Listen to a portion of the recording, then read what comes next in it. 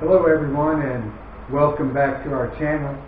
My name is Stanley, and along with my wife Jen, we are the Crumbs in the Philippines. Today we're going to continue with part 3 of our scooters series on driving scooters here in the Philippines. We're going to talk about the legalities and requirements that are needed for licensure, registration, insurance, and all that good stuff. So stick around, stay with us, and we'll include some links below to any pertinent forms and websites where you can register for the different services offered by the LTO. Okay, stick with us. That's what we're going to talk about today.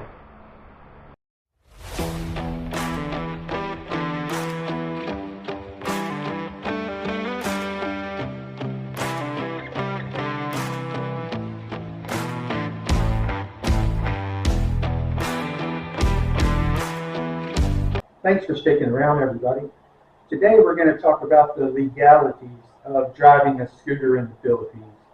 We're going to talk about driver's license requirements, how to go about getting a driver's license conversion, registration of your scooter here in the Philippines, and annual renewals, along with how to navigate the LTO here in the Philippines.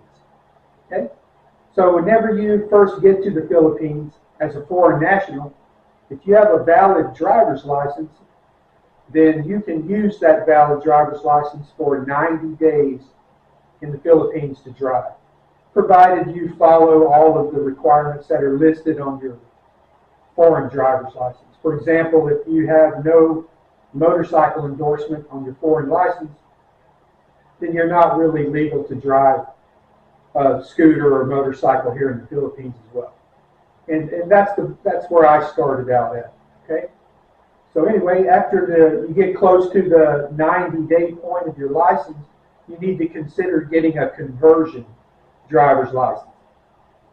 What that entails is going onto the LTO website, and I'm going to include links to all of these pertinent forms and websites in the description box down below, so you can check that out for yourself. But you'll set up an account at the LTO, and you can either search for it online or at the LTO itself. They have a board outside that with a QR code that you can scan on your cell phone, and it'll take you right to the site where you can sign up with, create a username and a password, and you're going to use that every time you deal with the LTO. So that's your first step. If you're dealing with conversion, which 99% of us are going to do the first time we come in, you don't make appointments at the LTO for conversions. It's on a walk-in basis. And depending on your local LTO, if you're over the age of 60 like I am, they have certain days of the week where they have senior citizen privilege, which means you can go to the front of the line if you're over the age of 60. In LIPA, that's on Wednesdays. And you just have to check at your local LTO where you're located at and find out which days you can avail of that privilege, because it'll save you quite a bit of time. Okay, so after you've set up your web account and you're all set to go, because the LTO uses that web account every time that you go in for a license or a registration. And you can also make appointments whenever it's time to renew or to do your vehicle registration, another time-saving factor. So the first step in the conversion process is going to the medical facility, and every LTO is going to have several medical facilities in the general vicinity of the LTO office. They're very small. You can walk inside, and they're going to have you fill out an intake form and ask you some medical history questions, and then they'll check your blood pressure, your heart rate, and then they also check for color blindness, which that was a new one for me because I've never been checked for color blindness when I got my driver's license stateside. But you don't have to worry. If you have a hard time seeing the numbers on the little color blindness test sheets there, the ladies in there, I saw them helping another gentleman to pass that, and he was having some issues with color blindness. and they helped him out. And so after you pass all the medical screening, they'll give you a certificate that you're going to need. And then you go out, and in the same area, vicinity around the LTO, you're also going to find all of your insurance vendors. And they're all the same. You go in, you fill out a form with your address, how long you've been in the Philippines. They're going to look at your passport to make sure you have at least 6 months left on it. They check your visa to make sure it's valid. And then they'll issue you an insurance certificate good for 1 year. The first one that I got was 450 pesos. And then when I renewed it this past October, it had gone up to 500 pesos. That's still way less than I was used to paying for insurance in the USA. Once I had all of those documents, the medical, the insurance, I took my passport, my visa, my birth certificate, my stateside license, and then those 2 documents that I just got, and I went to the LTO and got in line. And then they check you at the door and do a pre-screen. They just look real quick to make sure that you have all the required documents with you. And then they send you inside to the screening window. You'll hand the lady or gentleman that's working at the screening window your packet of documents. They're going to look at it really carefully. And while they're doing that, you're going to have a seat. And they'll call you whenever they're through screening your documents, because believe me, the LTO is very busy, and you're going to have to wait for quite a while normally, especially in a city the size of Lipa or larger. It might not be as bad in smaller locales, but you have a seat, you wait for them to finish screening your documents, and they'll call your name, and you go up, and then they hand you your documents and instruct you to go down to the payment window. Then you go over to the payment window and you pay your fee, which for my license conversion, it was 500 pesos. And then as soon as you pay the fee, you step right down to the next window and they take your photograph. Once they take your photograph, you go and have a seat, and then you wait. And you wait until they're all done processing your license. Then they call your name. You go up, pick up your license, check it, and make sure all the information is correct, that you have all the proper endorsements, and then you're good to go. You walk out and you have your new Philippine driver's license. If you already have a motorcycle endorsement, that'll be included on your license. If you do not have the motorcycle endorsement, which I did not, then I only got the initial conversion license. It was for 4-wheel cars, the same as it was with my stateside license. And since I was already driving a scooter, I needed to get that motorcycle endorsement as quickly as possible. So the next thing that I had to do was go and enroll in the motorcycle safety course at the driving school. There's tons of driving schools around. In Lipa, there's at least 15 of them that I know of. But the one that I went to, the full price of the course was 2,500 pesos. I showed up with my motorcycle or with my scooter, and the guys looked at me and they realized that I'd been driving for a while, and they did not require me to go through the classroom phase of the instruction. I showed up at 10 a.m. We went out back, and they watched me drive their obstacle course out back on my scooter. And they just determined at that point that I could pass the LTO's driving skills course. We went back inside. They only charged me 750 pesos since I was only there for about an hour. And then they gave me my certificate, and I was good to go. So from that point, I had to go back to the LTO with my motorcycle safety course completion certificate, and go through the line again and get screened and pay the fee, which to add the endorsement was only 150 pesos. And then after I paid the fee, I had to sit and wait. And then after about 30 minutes, they came and called me, and I had to go in a back room and take a written test. It was 50 questions, multiple choice. They were very simple questions, common sense. A lot of things are the same as the U.S., Some are just particular to scooters. And if you know that much, anything about scooters, you can pass. You have to get 38 out of 50 correct to pass. I got 48 correct.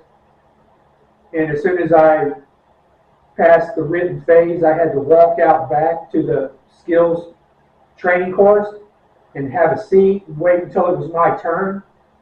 And then I drove my scooter through the skills training set, the course back there, while the instructor watched me. Then he took a few minutes and filled out a paper, and I walked back around to the front of the LTO, back to the screening side again. She screened it, passed me on down to get my photo taken again, and then I waited, and when they called my name, I got my new license with my motorcycle endorsement. It was good for 5 years, so I won't have to renew it for until 2026. And that's basically it for getting a driver's license in the Philippines. It's not very hard. It can be kind of nerve-wracking for the first time, because I know for me, I didn't know all of this information beforehand. It was kind of trial and error. I would show up and find out that I needed something else, and I would go back and get it.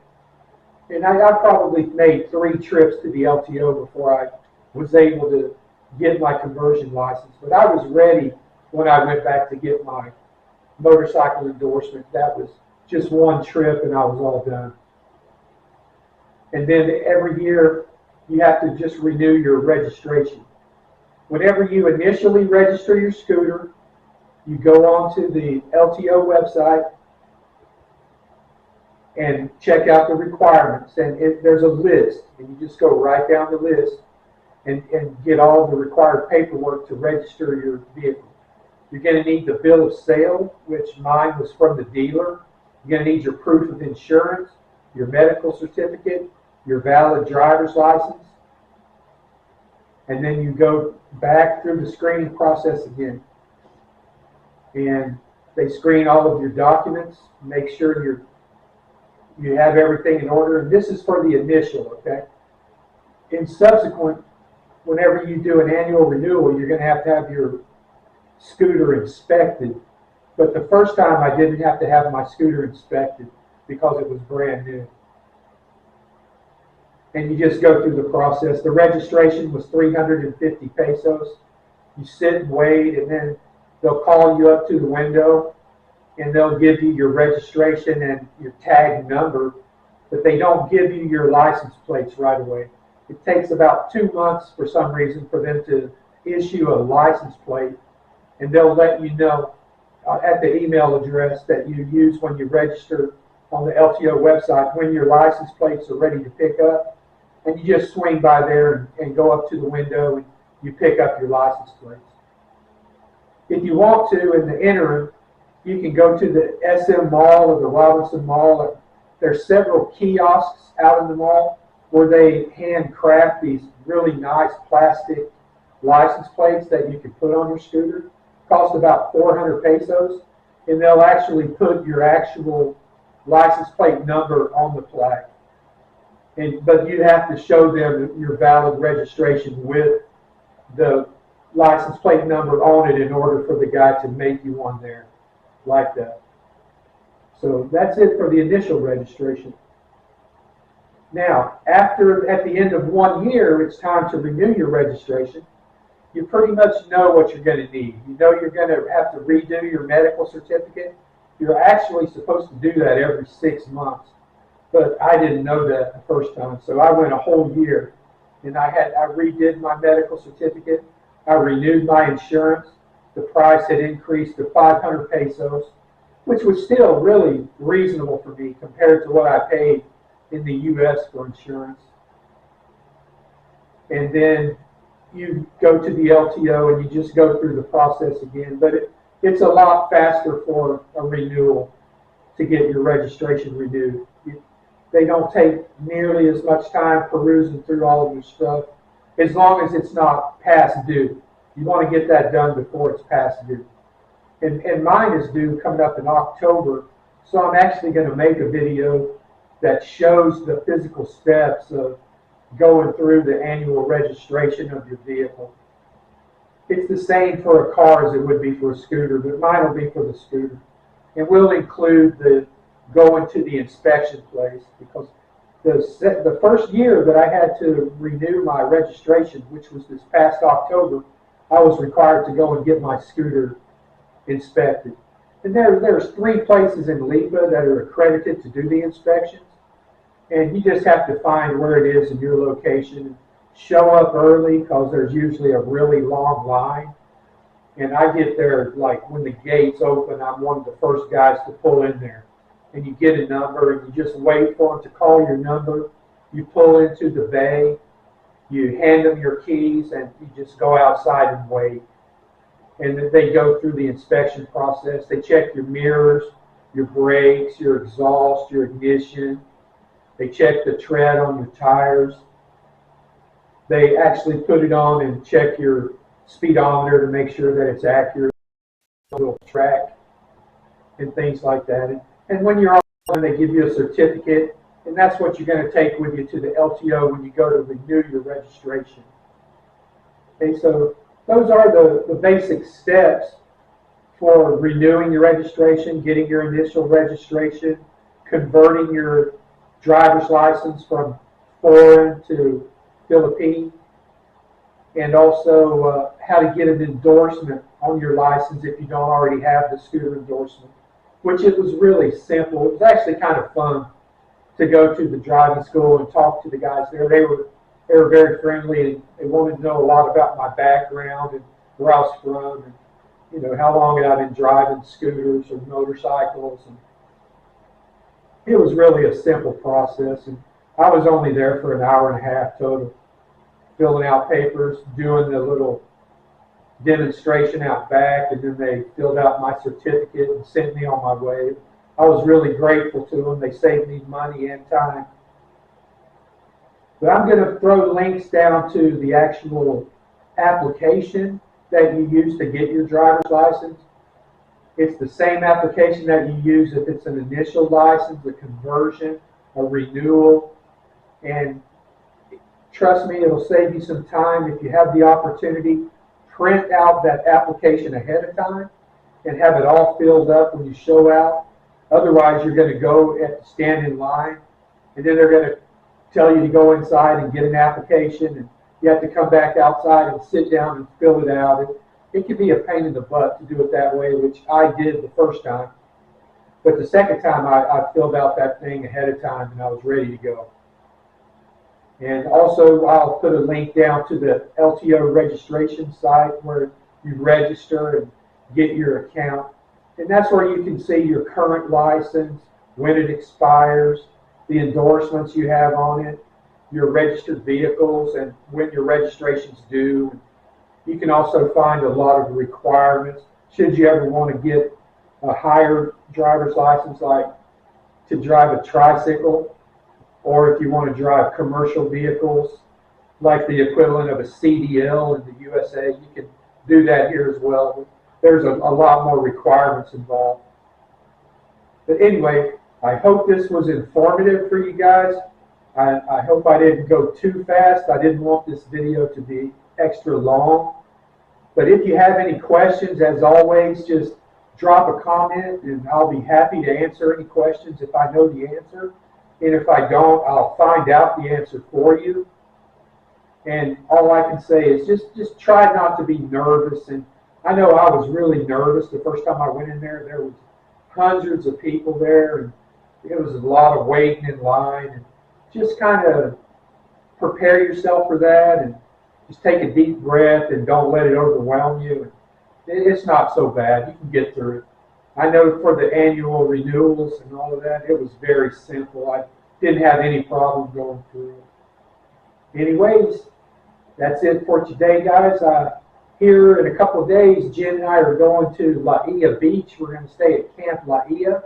It's one of the nicer beaches in Batangas. It's in the San Juan Batangas area.